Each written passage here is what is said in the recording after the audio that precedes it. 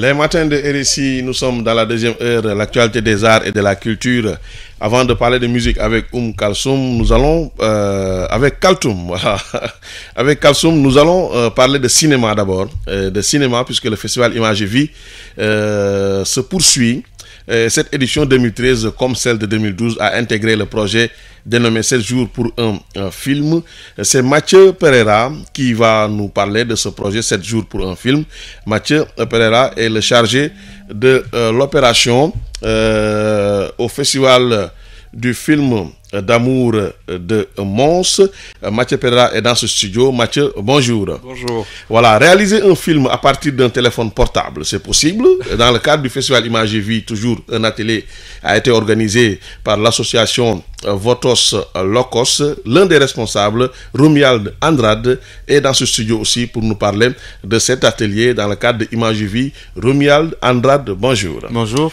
Nous donnons la parole à Romuald Andrade qui est là pour représenter la structure Votos Locos qui organise un atelier sur la réalisation d'un film à partir d'un téléphone portable. Romuald, vous allez nous présenter d'abord la structure Votos Locos.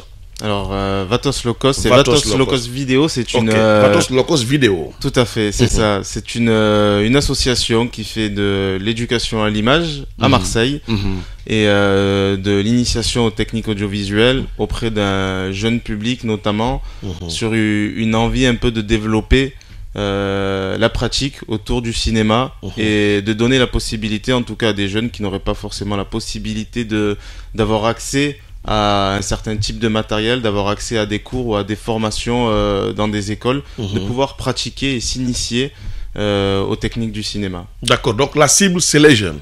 Oui, surtout principalement c'est les jeunes. Après il y a des jeunes et des moins jeunes qui sont désireux de participer. L'association reste quand même un lieu ouvert à tout le monde, mais c'est vrai qu'en règle générale les ateliers sont souvent destinés à des jeunes adolescents, des jeunes adultes, des étudiants.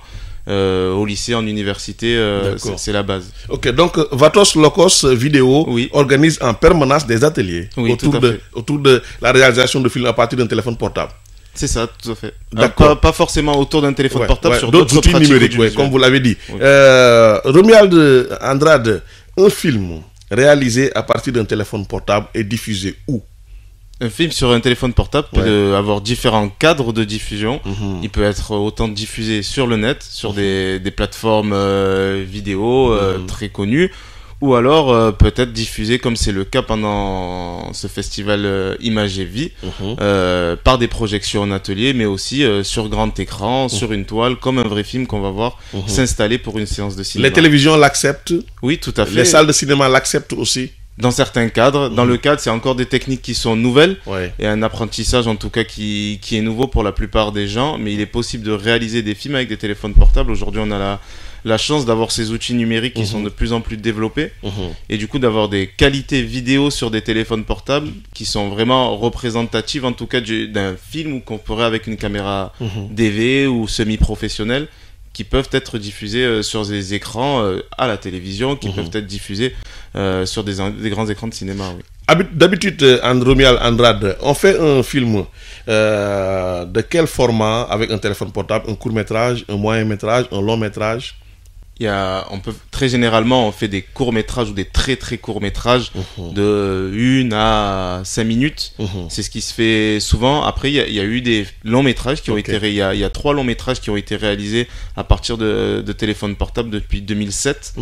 C'est une tendance un petit peu qui est en train de changer. Voilà, les gens prennent petit à petit conscience du fait de cette caméra qui est dans le téléphone et qui ne sert pas juste à faire de la vidéo personnelle qu'on va garder sur son téléphone ad vitam aeternam, mais qu'on va pouvoir diffuser, partager avec d'autres et en faire un véritable outil de création. Du coup, on a différents types de formats, du petit court-métrage de 1 minute, très très court, jusqu'à du long-métrage. D'accord. Est-ce que quand on dit long-métrage avec un film portable, c'est le même timing que le format classique? Oui, tout à fait. 1 heure et quelques. On peut être sur du 90 minutes, voire plus. Après, ça, c'est au désir de l'auteur et du réalisateur de partir sur des réalisations plus ou moins courtes. Mais on est sur le même standing, le même format que des films professionnels faits avec du matériel professionnel. Après tournage, la post-production, comment ça se passe? Alors, on monte où, etc. On peut parler d'étalonnage. Tout à fait, oui. Les images, je suis sûr que vous seriez bluffé. En tout cas, les images qui sont possibles d'obtenir avec des téléphones portables sont vraiment des images de qualité, avec des formats en HD, en Full HD, qui permettent, après, on a le choix.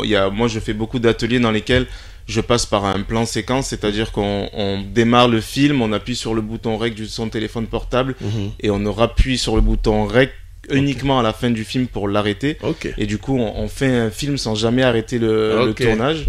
Donc ça, c'est des plans séquences et du coup, on n'a pas besoin de montage par la suite. On a un film brut entre guillemets et du coup, on se sert de ça. Et après, on peut aussi repasser par du montage sur un banc de montage, faire de l'étalonnage avec du matériel professionnel ou pas. Mais les techniques ne changent pas de techniques classiques en cinématographie. Comment réagissent les orthodoxes, les gardiens du temple?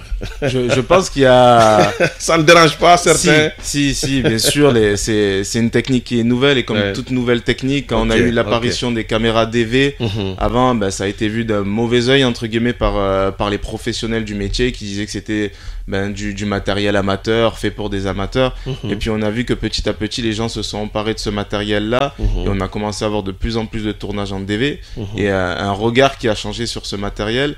Et aujourd'hui, le changement de regard aussi sur les films réalisés avec un téléphone portable, il est apparu sur d'autres événements, comme il y a eu quand on a eu des émeutes en France en 2005, il y a eu l'apparition du tsunami qui a fait des ravages en Asie, et justement les premières images qu'on a eues, c'était des images filmées avec un téléphone portable.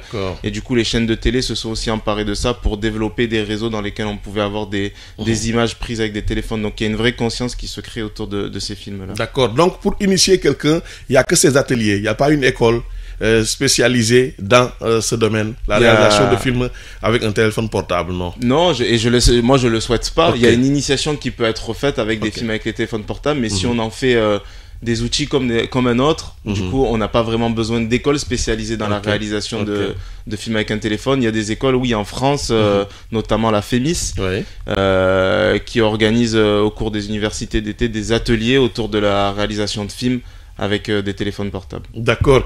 On revient sur ces relations entre les festivals du Sud et du Nord. Vos relations avec Image Vie, avec votre structure, votre locos vidéo, je veux dire. C'est une première relation, en tout cas, c'est un premier partenariat sur ce projet de film réalisé avec des téléphones portables, et j'espère que le partenariat pourra se prolonger et ça fera des petits enfants, en tout cas, sur ce projet-là. En tout cas, c'est un vrai échange qui s'est fait pendant les ateliers. Des groupes de jeunes étudiants et de jeunes professionnels, en tout cas, sont venus sur l'atelier, voir comment on pouvait réaliser un film avec un téléphone portable, s'initier un petit peu autour de cette technique, et ça s'est très bien passé sur ces 2 jours de formation, à la fois avec les participants et avec les organisateurs du festival. D'accord. Vous aviez combien de participants? Il y avait une quinzaine de participants sur les 2 jours, qui ont beaucoup écouté, beaucoup pratiqué aussi, qui ont réalisé pas mal de films, et qui seront diffusés, je crois, demain sur la clôture du festival. Donc il y aura une restitution. Oui, de quelques films, pas l'ensemble des films, mais de quelques films réalisés qui vont être sélectionnés par moi-même et par les organisateurs. Pour la sélection, vous appuyez sur quoi?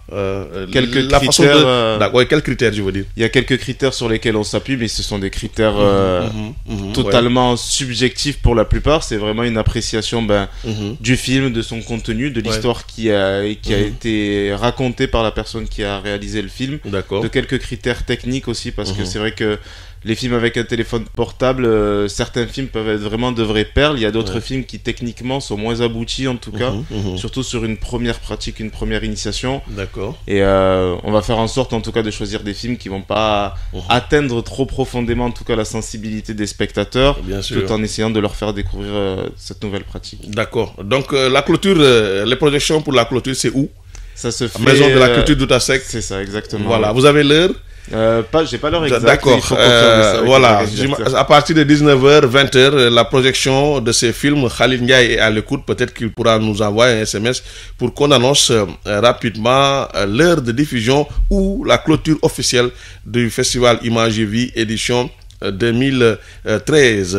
Romuald Andrade, merci. Merci à vous. Merci d'être venu.